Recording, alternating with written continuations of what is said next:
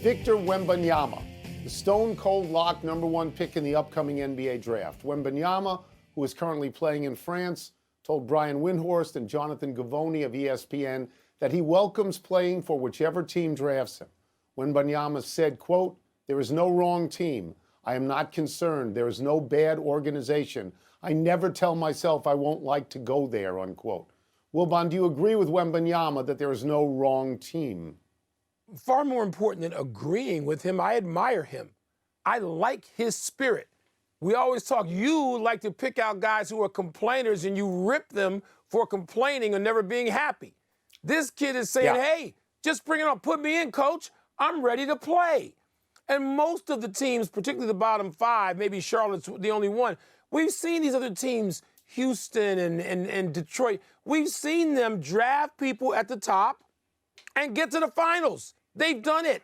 I mean, they weren't under the same ownership. I'm not going to call it the same management, but it's been the same franchise in most cases. I mean, I guess, New Orleans hasn't done that if they're going to be one of those teams that figures to be in the lottery.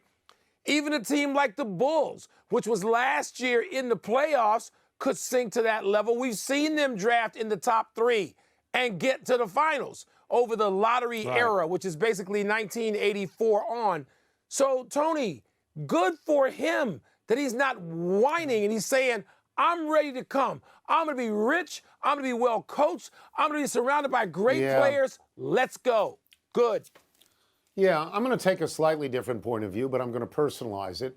I'll bet Adam Silver is very happy to hear this from Wembanyama. Yeah, and it is possible that Adam Silver believes that there are no bad teams and no organizations. But I will also say, if you inject Adam Silver with truth serum, what he is likely to say is, I wish there was a way to get this kid to New York or L.A. I don't think he wants him in an outpost like Orlando. I don't think he wants him in a place like Houston where the owner doesn't seem to know what he's doing. Now, he's very happy, Mike, that he's not going to deal with a John Elway or Eli Manning situation. The kid's going to play wherever he's drafted, and he's happy about that. But where does he really want him to be drafted? You can look at some teams. Detroit, for example. Detroit was great with Chuck Daly and then with Larry Brown. They haven't won a playoff series since, I'm going to go for a while, since 2008, I believe.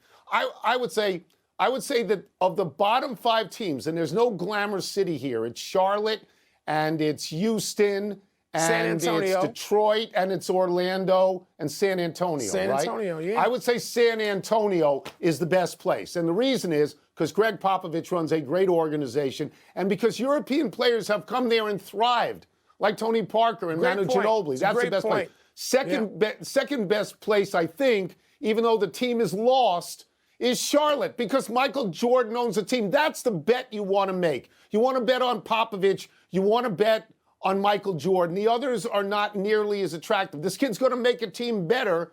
You know, what's interesting, Mike, is that the 3 best European players right now, Antetokounmpo and Luka and the kid in Denver, I'm blanking on his name, Jokic. They don't play in basketball cities. It's odd to me. That's why it's okay. Real quickly, Tony, just to underscore that. Let's see. Orlando did okay when they had Shaquille O'Neal, didn't they? Huh? Houston did okay with Hakeem Olajuwon, didn't they? Did they win finals? a title? They got to the finals. The New York Knicks, where you want him to go, haven't been to the finals since you had a big red afro. It's a long time ago, the New York Knicks, and that would be great for the league.